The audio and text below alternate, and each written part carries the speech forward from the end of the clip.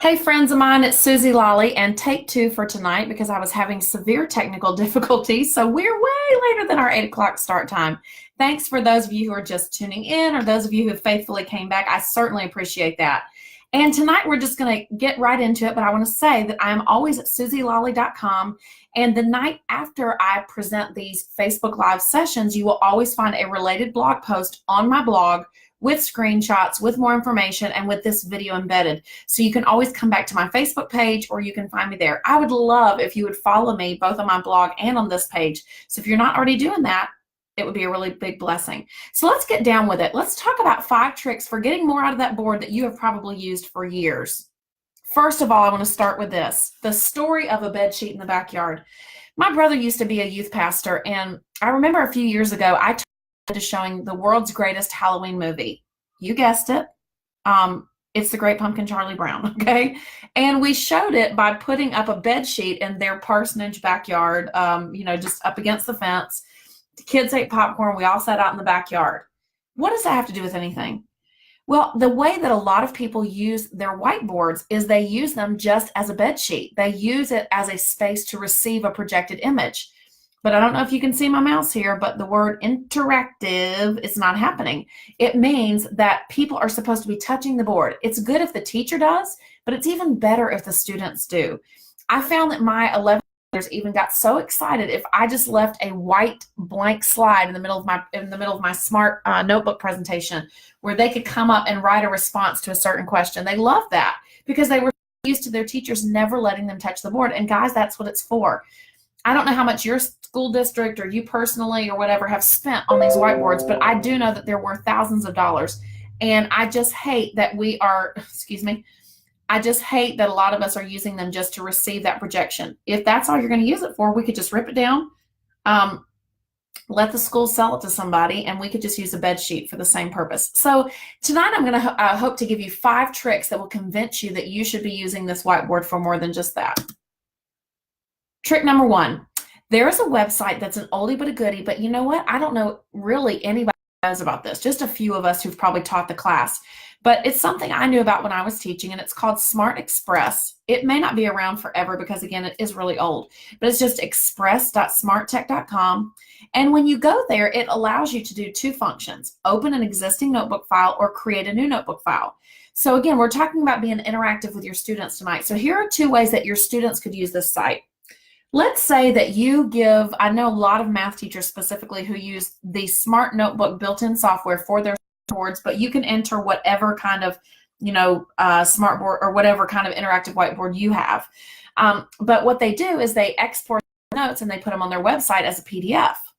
Or they export those notes and put them on their website as a Smart Notebook. There are problems with both of those.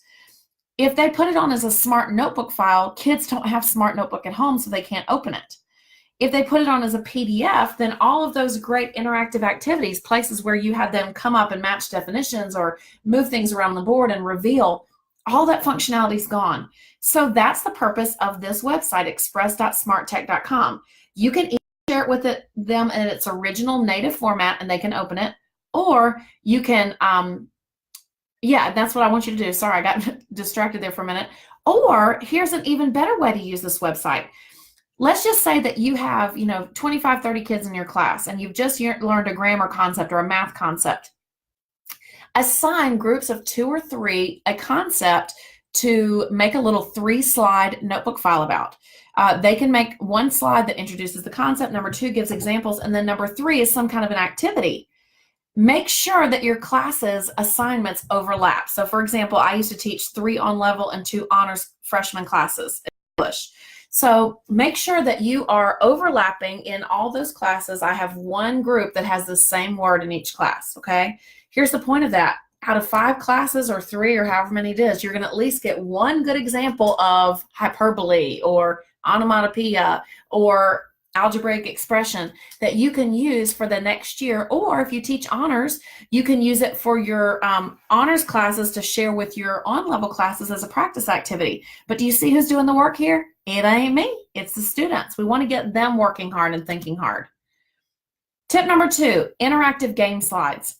If you just use PowerPoint, my friends, You can make a Jeopardy PowerPoint, but I don't really see that many people doing that in the middle of talking about the history of the Western world, okay? So instead, take your regular PowerPoint, which is awesome. I'm going to show you in just a minute how to get that into Smart Notebook. And you can also pull it into Active Inspire if you're a Promethean person. I meant to say, because I have a middle and high school background for the most part, I have taught both Promethean and Smart, but my examples tonight are going to come from Smart, but same pedagogy, same thought process. So you're going to add interactive game slides. And in Smart Notebook, you have a little robot at the top up here, and I've drawn a circle around him. Okay, so if you're in Smart Notebook software, there's a little robot, and it's called Smart Lab. Smart Lab has about 12 activities. I'm just guessing because there were about twice as many as what I took a snip of.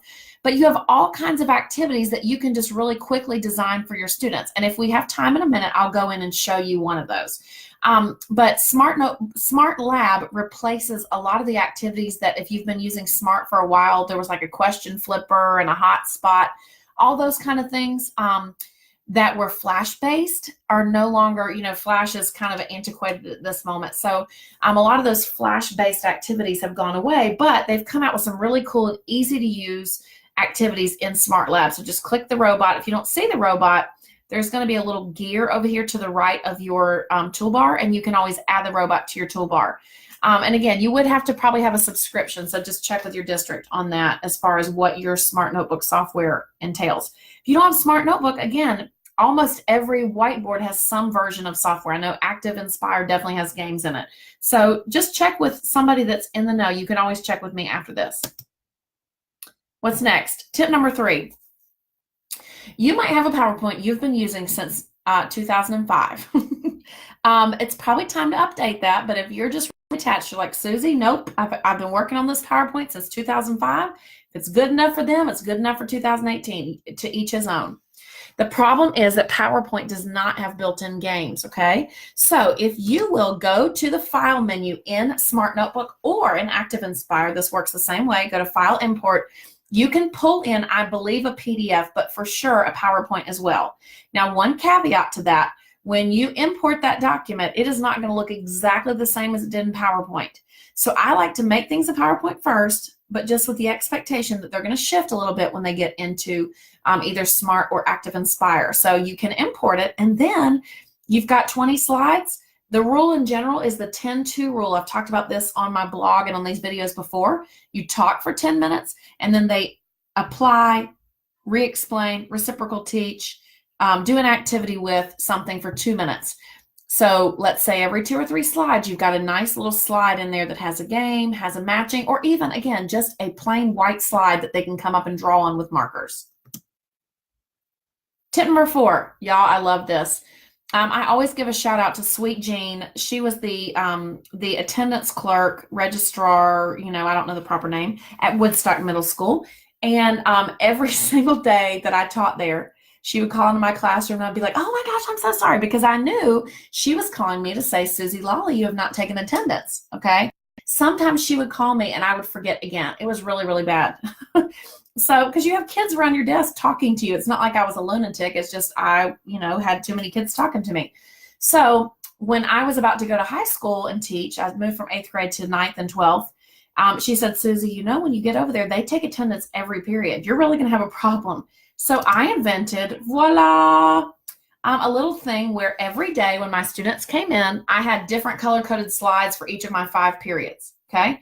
When they came in, they would slide the number from absent to present, and I assigned students numbers for everything. If you haven't heard me talk about the number system before, I did a video on it. I also have done a podcast. You can subscribe on iTunes or your favorite podcast app. It's called The Suzy Show, S-U-Z-Y. And this is one of the activities I went into more detail about when I talked about the number system. But kids love doing this, and it helped me to be accountable. And guess what?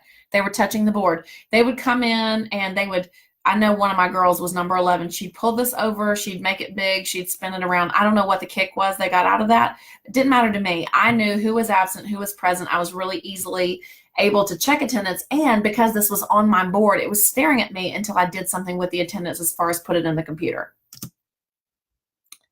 Tip number 5. This is a brand new product, so I'm not even going to pretend to give you a demo on it. But sweet.smarttech.com. You can also go to hellosmart.com, And when you get there, you can sign up for a free account.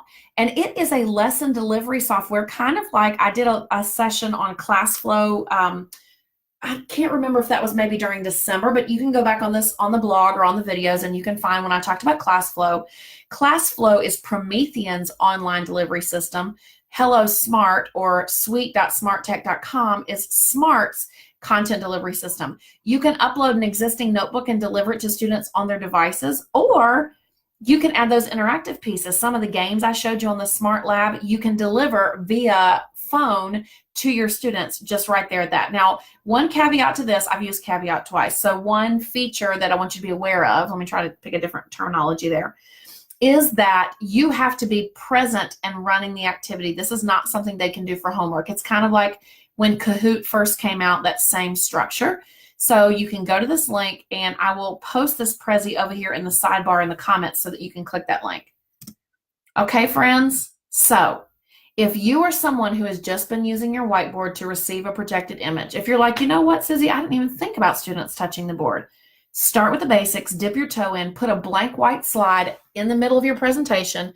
You can even make up a question off the fly and say, okay, I need 3 volunteers to come up here and write me a synonym for blah, blah, blah. They don't know you just made it up, but it's getting kids out of their seats. It's using the board for what it was meant to be used for.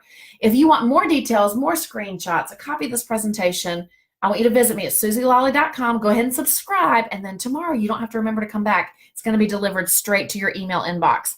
Guys, you're fabulous. Hope you have a great night. Tune in next Tuesday.